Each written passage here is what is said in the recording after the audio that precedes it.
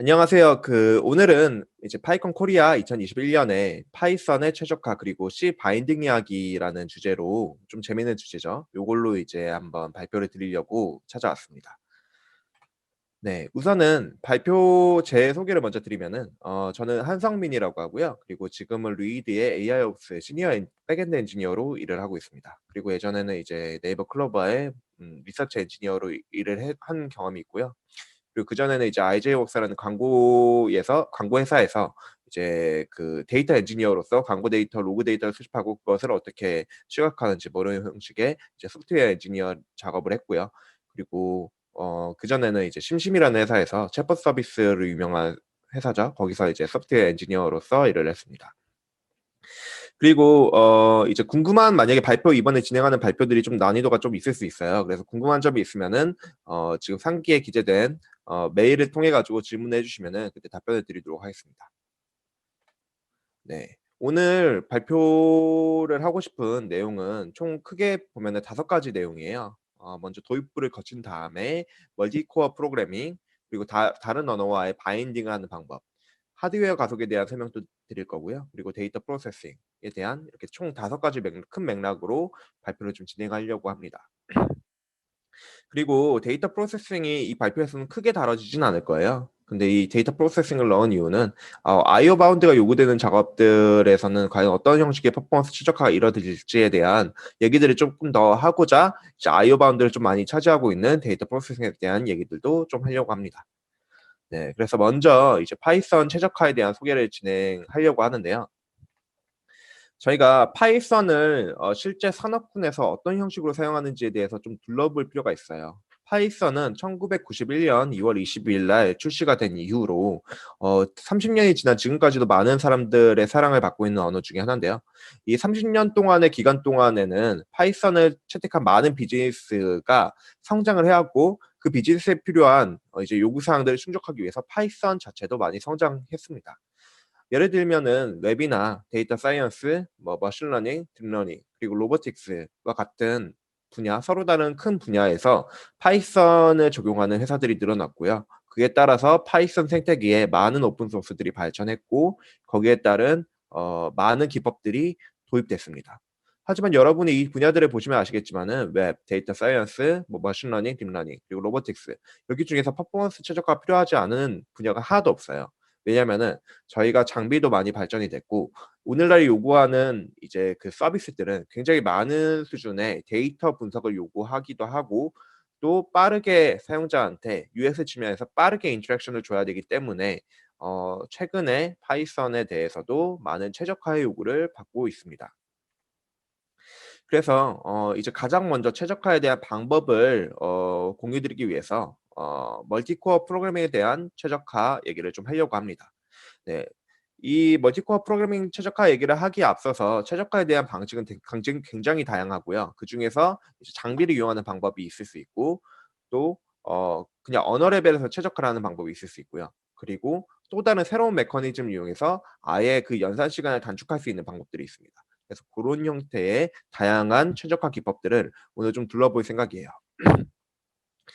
먼저 지금 보시면 2가지 코드가 나와 있어요. 왼쪽에는 스레드를 이용한 방식의 코드, 오른쪽에는 싱글 코어, 즉 메인 스레드를 이용한 방식의 코드가 있습니다.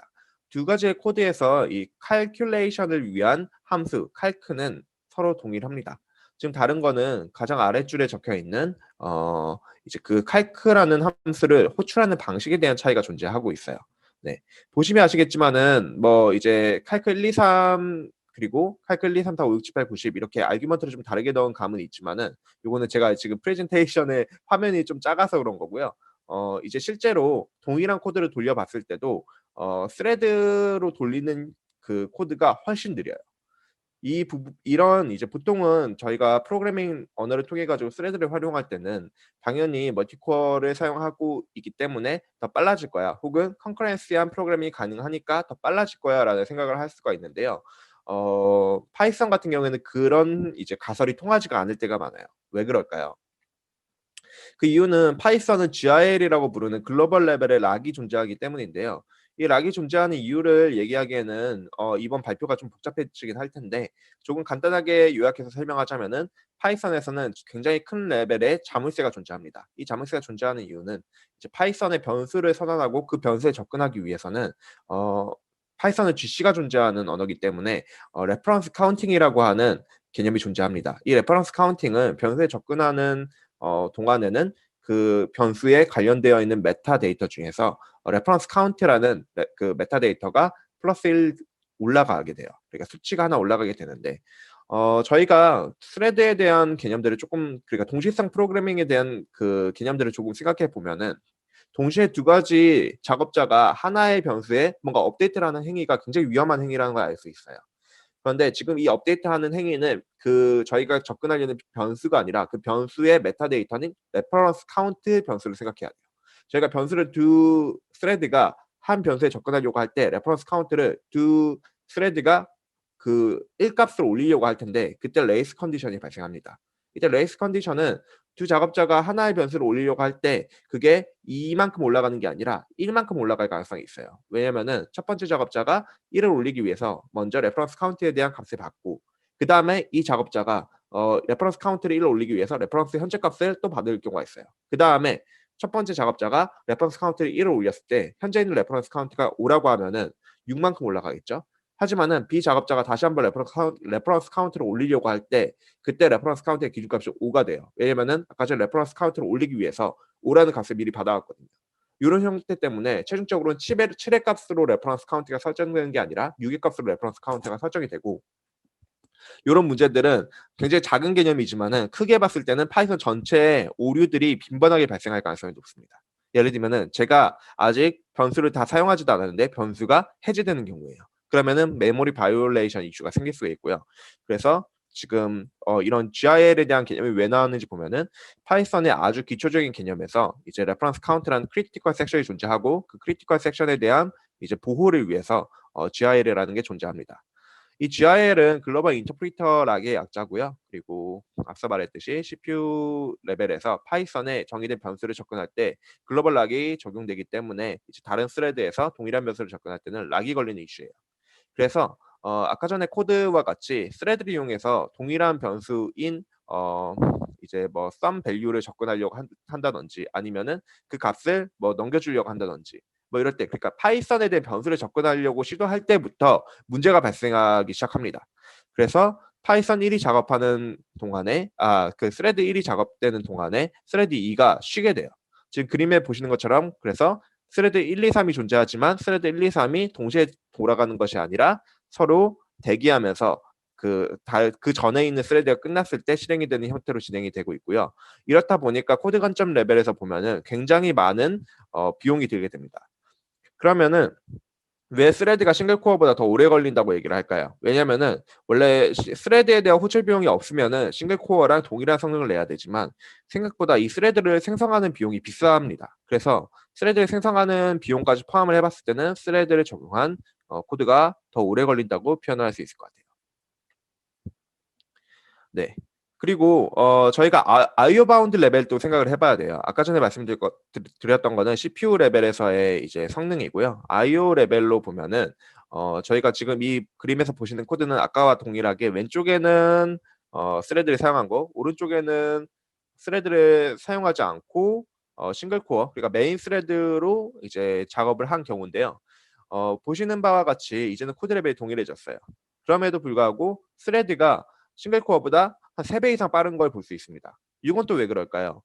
요거를 보시게 되면은 이제 스레드 아무리 파이썬 스레드가 GIL을 적용한다고 하더라도 IO 리퀘스트 그러니까 여기서는 이제 리퀘스트를 통해 가지고 어떤 그 이제 원격에 있는 그 네트워크를 통해 가지고 그 어떤 특정 URL에 웹사이트에 들어있는 컨텐츠를 get 메서드를 통해 가지고 가져오는 형식의 코드인데요. 이때 네트워크를 한번 타게 되잖아요. 이 네트워크는 IO 바운드의 대표적인 요소 중에 하나입니다. 그래서 이걸 읽는 동안에는 CPU가 그 작업을 그러니까 파이썬에서 그 네트워크의 정보를 딱 가져올 때까지 그 과정을 계속 모니터링할 필요가 없어요. 그래서 OS에 잠깐 그 작업을 넘겨주고 그 작업이 끝날 때 알려줘라고만 하고 다른 작업을 실행할 수 있기 때문에 IO 바운드 작업에서는 여러분이 의도하셨던 대로 스레드가 스레드처럼 동작하게 됩니다. 그래서 병렬 프로그래밍이 가능하게 되고요. 그래서 IO 바운드를 이제 요구하는 이제 특정한 로직이 있다고 하면은 그 부분에 스레드를 적용하게 될 경우에 굉장히 잘 적용이 될 거예요. 네. 그리고 이 작업에서 이 발표에서 설명하진 않았지만은 스레드를 그러면 완전히 못 쓰는 것이냐 CPU를 요구할 때 그건 아니고요. 이제 "프로세스를 사용하면 된다."라고 일반적으로 표현을 하지만 프로세스는 생각보다 비용이 높고 그리고 프로세스에 대한 개념을 잘 생각해 보면은 프로세스는 결국에는 현재 있는 루틴을 카피해 가지고 현재 있는 스테이트를 카피해 가지고 또 다른 프로세스를 만들어서 동작하는 거기 때문에 스레드를 사용하는 것만큼 여러분이 의도한 대로 동작하지 않을 가능성이 커요.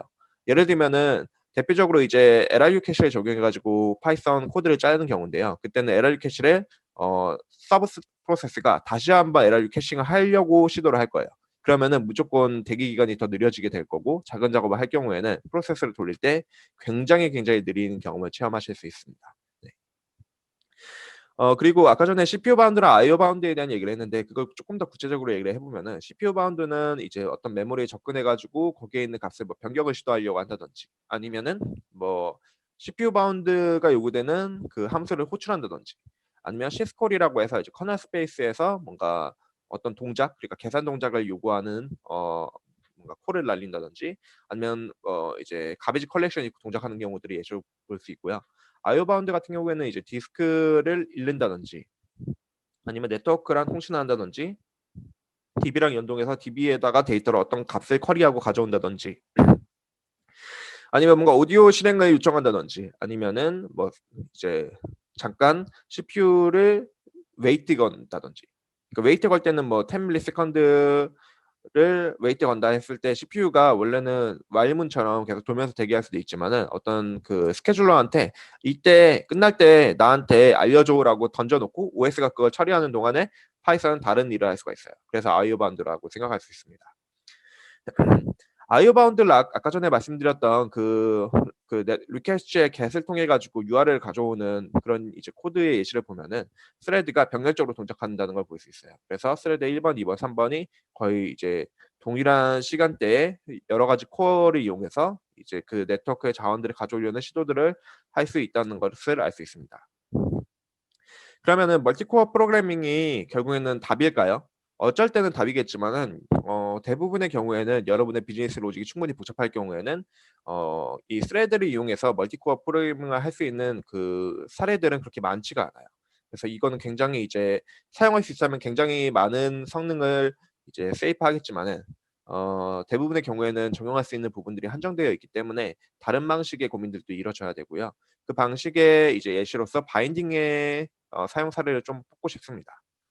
바인딩 같은 경우에는 제가 예시로 이제 그 표준 편차죠. 스탠다드 디비에이션을 좀 예시로 가져왔고요.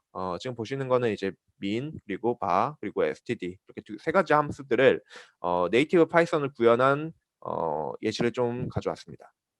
오른쪽에 보시면은 호출하는 코드에서는 이제 5,000 레인지만큼 어떤 리스트, 넘버 리스트를 가지고 있는 그런 형식의 데이터라고 정의된 그 변수를 하나 가지고 있고요. 그 변수를 이제 표준 편차로 구하는 것을 타임잇으로 10만 번 넘버를 넣고 돌려봤습니다. 그때는 전체적으로 94초가 걸렸어요. 굉장히 오래 걸리죠.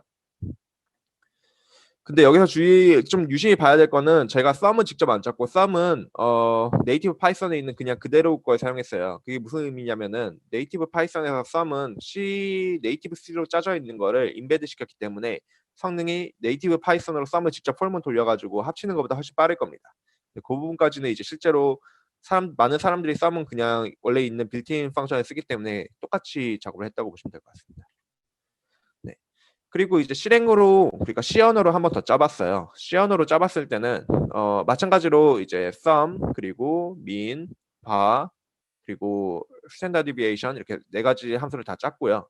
보시면은 조금 유심히 보시면 아시겠지만 파이 오브젝트라고 하는 스트럭트가 등장하게 됩니다. 그래서 인풋으로 파라미터 인풋으로 파이 오브젝트라고 불리는 어떤 값을 받고 그 데이터를 이제 파이 어쩌고 저쩌고라고 하는 예를 들면 파이 플롯 같은 값이죠. 그런 값으로 반환을 하게 되면은 파이썬이 이것을 인식하게 되는 형식으로 진행이 되고 있는 거고요. 요약을 드리면은 이렇게 그 C로 짜서 만든 DLL 파일을 파이썬을 실행할 때 파이썬의 뒤에 PyDLL이라고 하는 그 구현체를 통해 가지고 매칭을 시켜주면은 파이썬에서 C로 만든 목적 프로그램이 동작하게 됩니다. 그래서 이걸로 똑같은 아까 전에 똑같은 케이스를 돌려봤을 때는 그 27초가 걸렸어요. 그러니까 71%가 단축된 거고요.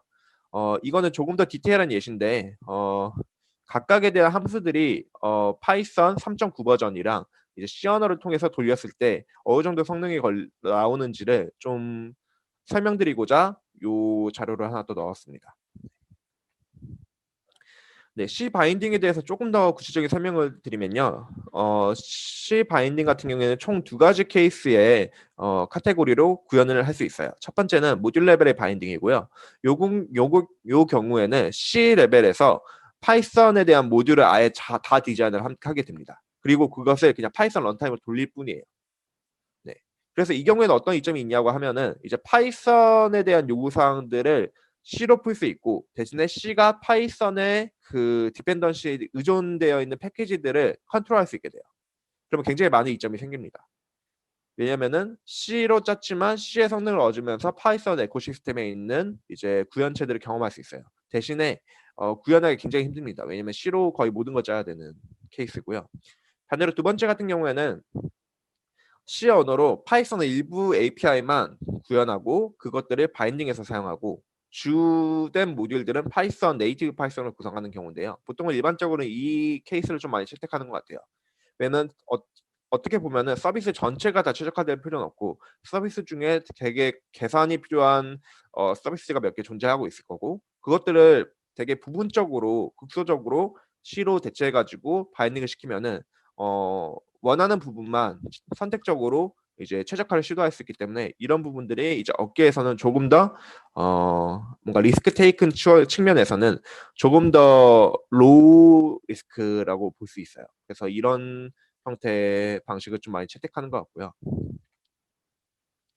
또 라이브러리 바인딩의 예시를 좀 들 수 있는데 라이브러리 바인딩 같은 경우에 아까 전에 말씀드렸듯이 윈도우즈 같은 경우에는 DLL 그리고 맥OS 같은 경우에 DYLib 그리고 리눅스 같은 경우에는 SO 파일을 통해 가지고 라이브러리 파일을 C로 만들고 그 C를 라이브러리 매핑을 통해 가지고 파이썬 펑션으로 호출할 수 있게 됩니다.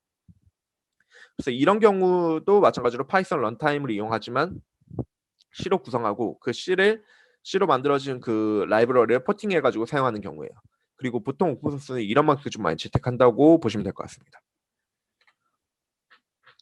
그리고 이 바인딩을 다양한 또 언어랑 연결할 수도 있어요. 요 맥락은 아마 발표 자료에서도 좀 많이 없는데요. 그래서 이게 굉장히 흥미로운 자료라 제가 좀 하나 들고 왔어요. 예를 들면은 최근에는 고 사용자 그리고 러스트 사용자, 코틀린 사용자가 굉장히 많고 C를 잘 모르는 사용자들이 많이 있어요. 그런데 이런 분들이라고 하더라도 지금 오픈소스 생태계에서는 여러분이 사용하시는 언어들을 통해서 파이썬 코드로 바인딩할 수 있는 이제 프로젝트들이 좀 많이 있고 그런 프로젝트들을 한번 관심 있게 찾아보시면 좋지 않을까라는 맥락에서 들고 왔고요. 여기선 대표적으로 러스트라는 랭귀지를 좀 얘기 드리고 싶어요.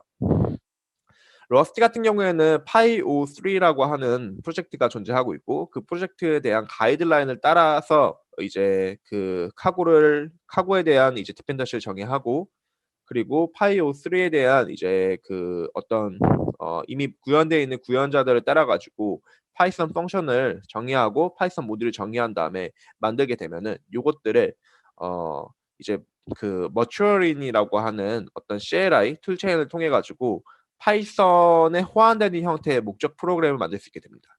그래서 이걸 통해 가지고 바인딩을 시킬 수 있어요. 그래서 요약을 하면은 러스트로 모듈을 만든 다음에 그걸 머추어린을 통해 가지고 라이브러리화 시키고 그 라이브러리를 아까 전에 말했던 라이브러리 매핑 방식을 사용해서 파이썬 펑션이랑 연결시킬 수 있습니다.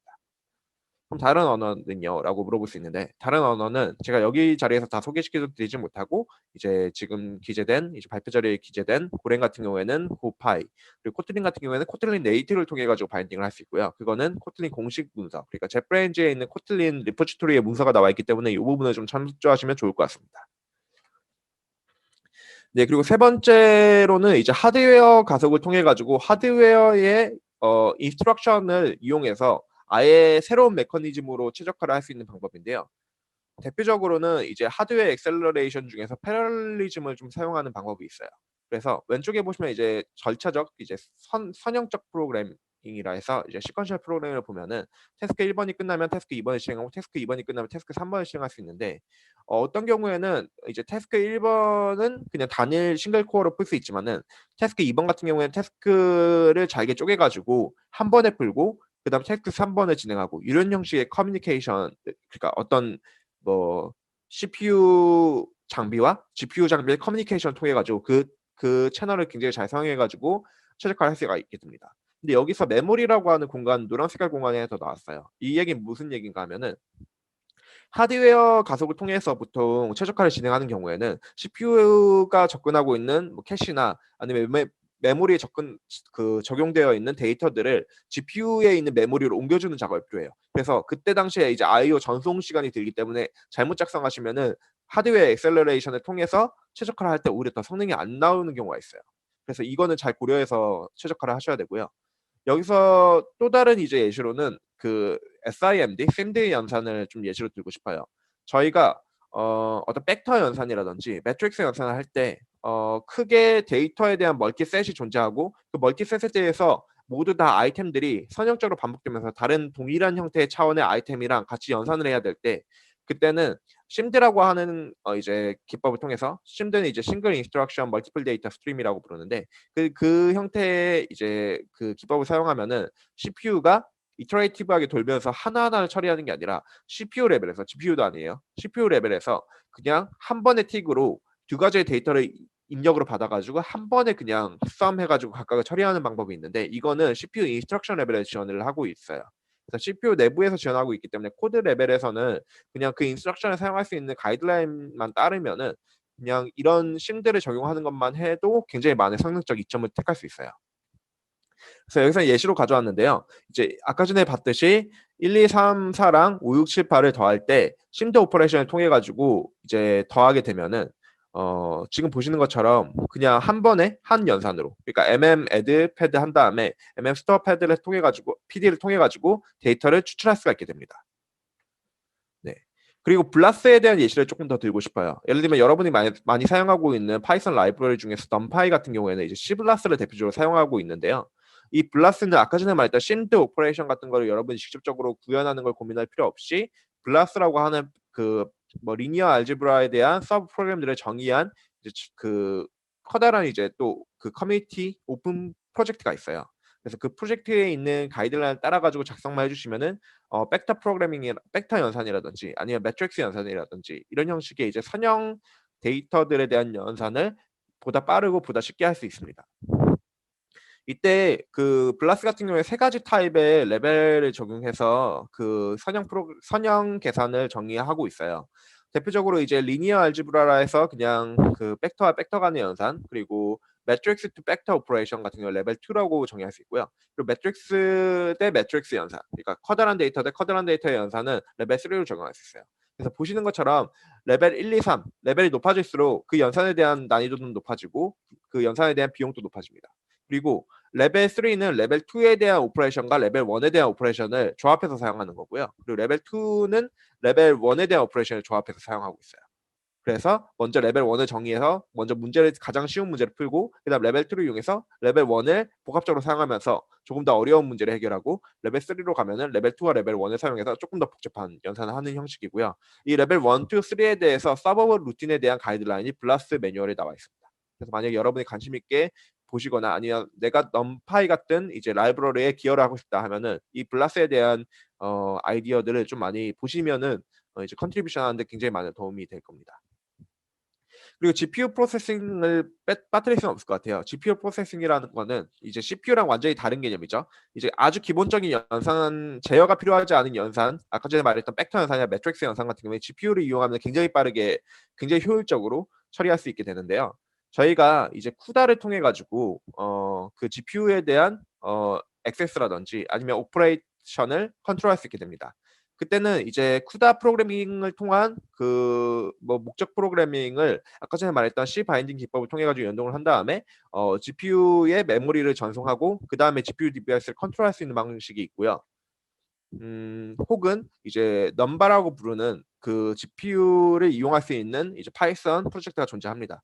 굉장히 유명한 프로젝트이기 때문에 여러분이 아마 바로 찾아볼 수 있을 거고요. 이때는 지금 보시는 것처럼 이제 그 넘바의 가이드라인을 통해 가지고 뭐 그 어떤 그 오퍼레이션을 최적화할 수 있는 방식이 있습니다. 그래서 이 넘바 프로젝트에 대해서 조금 더 설명을 하려고 했는데 이거는 발표 시간이 그 좀 한계가 있기 때문에 우선은 아래에 있는 발표 자료를 좀 참고해서 예시를 좀 보시는 거를 추천을 드릴게요. 네. 그리고 마지막으로 이제 데이터 프로세싱에 대한 토픽을 좀 얘기하고 싶어요.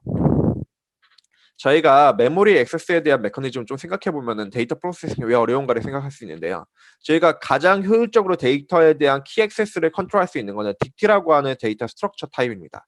근데 이 데이터 스트럭처 타입은 딕트라고 하는 딕셔너리라고 하는 데이터 스트럭처 타입은 결국에는 이 키랑 밸류가 존재하고 있고 키에 대해서 해싱을 한 다음에 그 해싱된 것을 어떤 버켓 공간에 저장하고 그 버켓 안에는 엔트리스라고 하는 이제 데이터들이 존재하고 저희가 해시 값을 사용한다는 건 해시 컬리전이 일어날 수 있다는 얘기고요. 컬리전이 일어났을 경우에는 이터레이티브하게 그 버킷 안에 있는 엔트리를 하나씩 따라가면서 스캔을 하게 됩니다.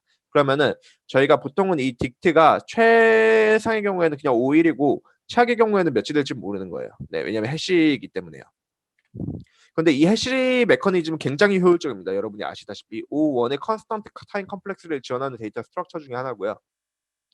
그래서 그 여러분이 원하는 그 키값이 해시업을 하다고 하면은 해시값을 만들 수만 있다면은 웬만하면 딕트를 통해 가지고 메모리 액세스를 하는 게 가장 효율적이에요. 왜냐면은 피지컬 메모리를 액세스하는 방식이기 때문에. 그래서 대부분은 이제 그냥 스트링이나 인트 아니면은 뭐 플롯 같은 해시어블 타입을 사용할 수도 있지만은 데이터 클래스를 사용하는 것도 권장을 드리고요. 여러 가지 컬럼일 경우에는 데이터 클래스를 사용할 경우에는 프로즌이라고 하는 어트리뷰트를 넣어 주시면은 그러면은 이제 그 데이터 클래스를 해시어블하게 만들 수 있고 그러면 데이터 클래스를 키로 사용할 수 있게 됩니다. 지금 보시는 게 그 예예요. 그리고 조금 더 어렵게 들어가면은 이제 그 컨텍스트 스위칭에 대한 얘기가 나옵니다. 그래서 유저 스페이스랑 커널 스페이스 이렇게 두 가지로 스페이스를 나누고 저희가 파일을 읽을 때 어떤 식으로 읽을지를 생각해 보면은 이제 리드 파일이라고 파이썬 코드를 통해 가지고 뭐 오픈을 통해 가지고 오픈 함수를 통해 가지고 파일을 리드할 때는 시스콜로 리드가 일어나게 됩니다. 그러면은 그 어떤 버퍼를 통해서 그 어떤 파일의 디스크리터를 읽어 가지고 그 다이렉트 메모리 액세스 DMA를 하게 됩니다. 그리고 카피가 일어나요. 그 데이터를 컨텍스트 스위칭으로 커널 스페이스에서 유저 스페이스로 전환을 한 다음에 그 데이터를 버퍼를 통해 가지고 옮긴 다음에 그 데이터를 파이썬의 오브젝트로 읽을 수 있게 돼요. 그리고 저희가 보통 데이터를 읽은 다음에 어디다 전달하잖아요. 웹 서비스 같은 경우에는. 그 경우에는 다시 한번 뭐 라이트 작업을 통해 가지고 그 어떤 바이트를 보내기를 요청하고 커널 스페이스에서 다시 한번 시스콜이 일어나게 되고 그다음에 네트워크를 통해서 보낼 때는 NIC를 컨트롤 그 네트워크 인터페이스 카드라고 부르나요? 네트워크에 대한 장비를 컨트롤을 해야 되기 때문에 다시 한번 버퍼를 만들고 그 데이터를 그 NIC에다가 DMA를 통해 가지고 전달하게 됩니다. 굉장히 비효율적이죠. 근데 저희가 제로 카피라는 기술을 사용하면은 이 제로 카피 기술은 아파치라든지 엔진엑스 같은 이제 웹 서비스에서는 대표적으로 적용하고 있는 기술이고요. 요거 사용하게 된다면은 읽는 것을 유저 스페이스로 읽는 다음에 그 유저 스페이스 그 데이터를 다시 한번 커널 스페이스를 통해서 보내달라는 요청을 하는 게 아니라 내가 받을 곳이랑 보낼 곳을 명시하고 그렇게 보내줘라고 커널 스페이스에다 요청을 하게 되면은 그냥 커널 스페이스가 읽는 것과 보내는 곳을 연결시켜 버려요. 그래서 굉장히 커뮤니케이션이 효율적으로 동작하게 되고 읽는 데이터를 곧바로 보낼 수 있기 때문에 메모리에다가 한번 받은 다음에 보내는 게 아니라 메모리에 받는 족족 계속 송신하기 때문에 메모리 입장에서 굉장히 효율적으로 동작하게 되거든요. 그래서 이 경우에는 이제 그 파이썬 같은 경우는 OS의 샌드 파일이라고 하는 메서드를 통해 가지고 호출하게 되면은 시스콜에서 리드를 그 파일 디스크립터로부터 리드를 한 다음에 그 데이터를 바로 버퍼로 전송해서 NIC에다가 보내는 형식의 이제 커뮤니케이션이 일어나게 됩니다. 그래서 이거는 예시고요. 저희가 파일을 읽은 다음에 파일을 뭐 어떤 그 다른 파일 디스크립터에다가 쓰는 경우 일반적인 경우고 이 경우에는 굉장히 비효율적으로 동작하는데 저희가 샌드 파일을 통해서 읽을 경우에는 그냥 읽는 곳과 그 보내는 곳만 명시를 하게 되면은 바로 커널 스페이스에서 처리를 하게 됩니다. 네. 그리고 데이터 포맷을 통해서 그 스캔 프로세싱을 효율화시킬 수도 있는데요. 대표적으로 아파치 파케가 있고 아파치 파케 같은 경우에는 좌측에 보시는 일반적인 데이터 스트럭처를 오른쪽에 있는 시퀀셜하게 동일한 형식의 칼럼들을 위주로 배치를 하게 돼서 데이터를 읽는 시간을 단축할 수 있게 됩니다. 네. 그리고 클러스터 컴퓨팅도 예시로 들 수 있는데요. 하나의 잡을 여러 가지 워커들이 동시에 처리를 해 가지고 디스트리뷰트하게 작업할 수 있는 형식으로 최적화를 시킬 수도 있게 돼요. 대표적으로는 제가 다스크나 아니면 데이터 플로우 같은 도구들을 좀 예시로 들고 싶습니다. 그래서 이런 형식의 그 옵티마이제이션에 대한 관심이 좀 많으신 분들은 리드라고 하는 그 에듀테크 회사도 좀 관심 있게 봐 주시면 좋을 것 같고요. 저희는 지금 채용 중이기 때문에 여러분들이 좀 많은 관심을 가지고 저희 사이트를 좀 방문해 주시면은 굉장히 많은 토픽들을 공유할 수 있을 것 같습니다. 네. 발표 끝났습니다. 감사합니다.